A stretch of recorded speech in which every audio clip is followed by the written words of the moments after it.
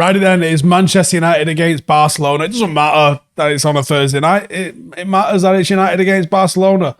A repeat of some of the greatest games we have ever witnessed. We're talking Cup Winners' Cup final. We're talking about the run to the treble in 99. We're talking Ashley Young doing Cruyff turns in the Nou Camp.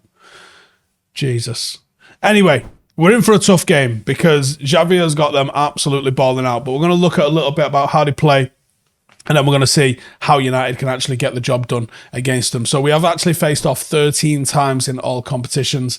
And it is 6 wins to Barcelona, 3 wins for United, and 4 draws between the two of us. The first 3 were in the Cup Winners' Cup. Each of the previous 10 were in the Champions League. And actually, I think the first meetings probably were Maradona and Brian Robson as well. Some iconic photography in that one and some excellent scenes from that home game. Perhaps the loudest Old Trafford's ever been, according to Reds that were old enough to go at the time. So Barcelona have won each of the last 4 matches in this fixture. The last side that United lost to 5 consecutive matches was actually Liverpool between 2000 and 2002. Barcelona have lost just once in their last 19 games in all competitions, and that loss was, it was the last time we beat them, Steve? Bayern Munich. All right, cool. Easy job then, yeah, no problem.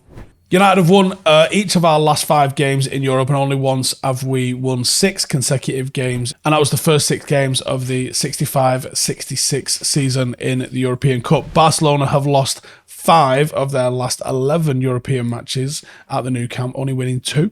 Their previous 5 defeats were spread across 101 games over 18 years from 2002 to 2020. So not exactly having it all their own way, but having it a little bit better, domestically at least, in recent times.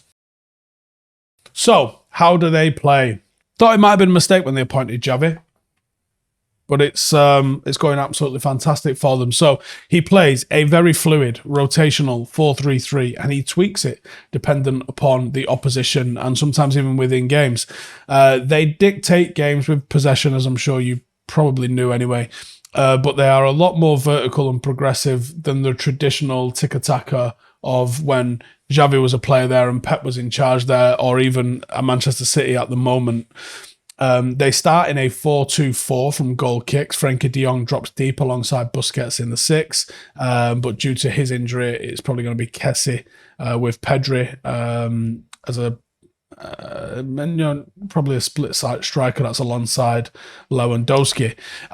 When they progress out from the back, the first phase of play, they like to transition into their 4-3-3 shape before then going into a 4-2-4, or even a 3-1-6 in the final third at times, as they really start to push people forward. Even when De Jong does join the attack, you'll see Koundé tucked in alongside the 6 to maintain some sort of compactness and resistance to being countered or transitioned against. You'll see Alba will probably push high and be an auxiliary winger, where Gavi tends to drift in towards the central areas. Out of possession, Barcelona get into a bit of an aggressive 4-4-1-1, and they high press with that, opposed to being a bit passive in a 5-4-1, which a lot of teams who utilise a 3-2-5 in possession often use. That means that they get effective pressure on the ball, and it's effective because they've got the best defensive record in the top 5 leagues across Europe. Can't be argued against. Out of possession, Pedri sort of joins the forward 2 alongside Lewandowski, and them two sort of alternate marking the ball side centre half and the opposition 6. They force the opposition to one side before the far side winger inverts, and then they look to try and collapse play and prevent teams from playing out to the other side. So simplifying it, they sort of pen them into just one corner and force them to go a little bit direct, and they're very, very good at squeezing in the full-back area. This will be the 11 that I expect to line up against. It's a very strong 11, and forget like Messi's gone. This is still a Barcelona team that can, and I believe probably will, hurt us. Lewandowski has got 23 goals, 6 assists in 27 games this season. Not hearing a lot about that. No, you're not. but it's still excellent. He is not slowing down with age. He is absolutely lethal in front of goal, and it's heading, it's shooting, it's left foot, it's right foot, it's devastating. And we're talking volleys, penalties, however you want it. However you want it carving up, he's doing it. He's deadly. One of Lewandowski's greatest strengths, he's got this real knack of finding himself in the right place at the right time. Predatory instincts that cannot be messed with. And he's also scored 45 goals in his last 37 games in Europe, while being directly involved in 9 goals in his last 3 appearances against English clubs. Don't look good. It don't look good. Hey folks, this video is brought to you by our partners at Surfshark. Surfshark is a VPN or virtual private network that keeps your online identity safe by encrypting all the information sent between your device and the internet. This keeps your personal data protected from big companies and cyber criminals. Also, you can swap the real location of your device with a new one by changing your IP address. This way you can virtually travel to any country around the globe. With Surfshark, you can encrypt your online data and secure your personal information when you use free public Wi-Fi, which can be a goldmine for hackers. You can mask your IP address and become private online. Surfshark makes sure that your city, country, and download history are not linked to your identity. And Surfshark doesn't monitor, track, or store what you do online, meaning no connection or activity logs. Changing your virtual location to access content not available in your region. You can see things like BBC iPlayer if you're on holiday and access all the sorts of things that you would do like you were sitting right at home. Protect yourself when browsing online with Surfshark. Whether you are streaming matches or movies or playing online games, Surfshark will protect your data and identity. These sites are dangerous with ads and malware popping up all over the gaff. Surfshark's clean web feature blocks ads, malware, and phishing attempts, allowing you to stream the content safely. It's extremely useful when keeping safe when streaming content that isn't on TV. With Surfshark VPN, you can use one account on unlimited devices, be it phones or laptops, etc. And I've got an exclusive offer for you. Use the code Howson to get 83% off and 3 months for free. That's Surfshark. 30-day money-back guarantee, and there is no risk to try it out. Check the link in the description, use the code Howson, and check out this exclusive offer. Here's what I'm going with for United. Big Dave in net, and I'm going with a back four of Wan-Bissaka, Varane, Shaw, and Malacia. Brought Wan-Bissaka in just to shore us up a little bit defensively, because I think you're going to need that extra help defensively. It's not going to be too much of a progressive game. I expect United to allow Barcelona to have the ball. Not that we'd be able to take it off them and keep it much ourselves, but I expect it's going to be a back foot sort of performance from us. Take inspiration from the City game if possible. In midfield, Casemiro returns. I'm going to play him alongside Fred, and then Sancho, Bruno, Rashford with the horse up front. Match winner, Marcus Rashford. Big games, generally he comes alive, and when it's a team that presses and pushes up as high as this, Marcus Rashford will be in acres. It's whether or not he can get into the box 1v1 against the keeper and actually put the ball away. And he often makes a difference in big games. His big game record is sensational. He is the one with the pace to break out. He is the one that you can put the ball in front of, and he's going to get there in front of a defender. The horse ain't got it. Bruno don't really have it, and Sancho don't really have it. So it's Marcus Rashford or bust, basically. Koundé inverts, comes out of position, leaves a space there for Marcus to be able to bomb down.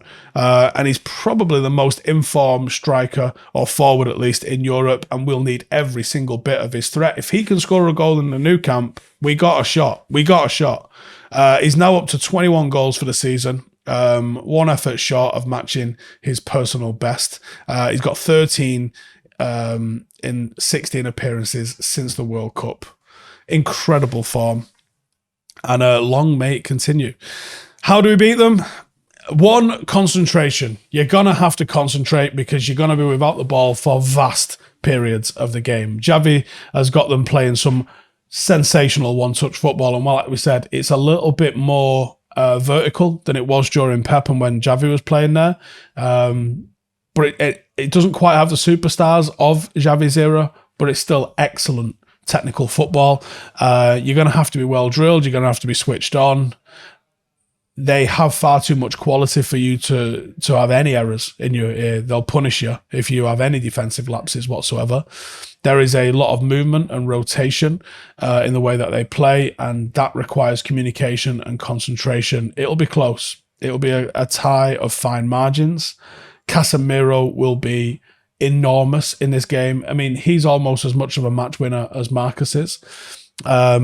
We really want to isolate the six when we're transitioning defensively, because Barcelona's midfield are so good on the ball and so forward thinking, but you can get them going the other way if we're decisive enough with, I'd say, getting Bruno in and around and making tactical fouls and get all over whoever it is that ends up lining up in the six. Stop them playing, and you stop Barcelona to a certain degree. But that's how you're going to do it. There's not really many other ways. And then you got to be clinical. You will get opportunities, but they won't be loads, and you're going to have to take the chances. Best defensive team in Europe.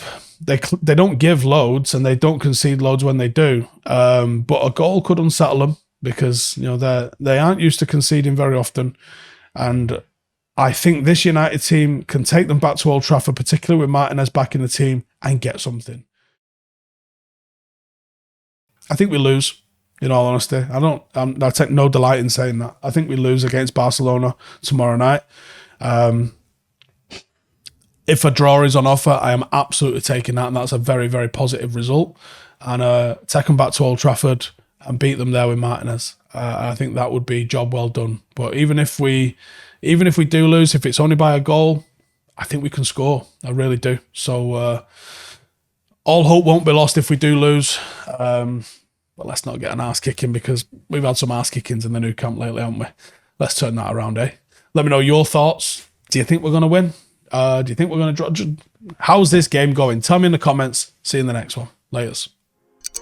Hey, thank you for watching the video. If you are new around these parts, then don't forget to subscribe. My channel is proudly supported by my community on Patreon. If you'd like to get a little bit of extra content, a Discord group, meetups, five-a-side games, weekly podcasts, behind the scenes, and even an occasional bit of transfer news as and when I get it, then for the price of a pint, you can show your appreciation for the content that we make and get some goodies for doing so as well. Check the link in the description or click the button right here. You'll also find all of my socials here too if you want to follow me on any of those platforms. Nice one.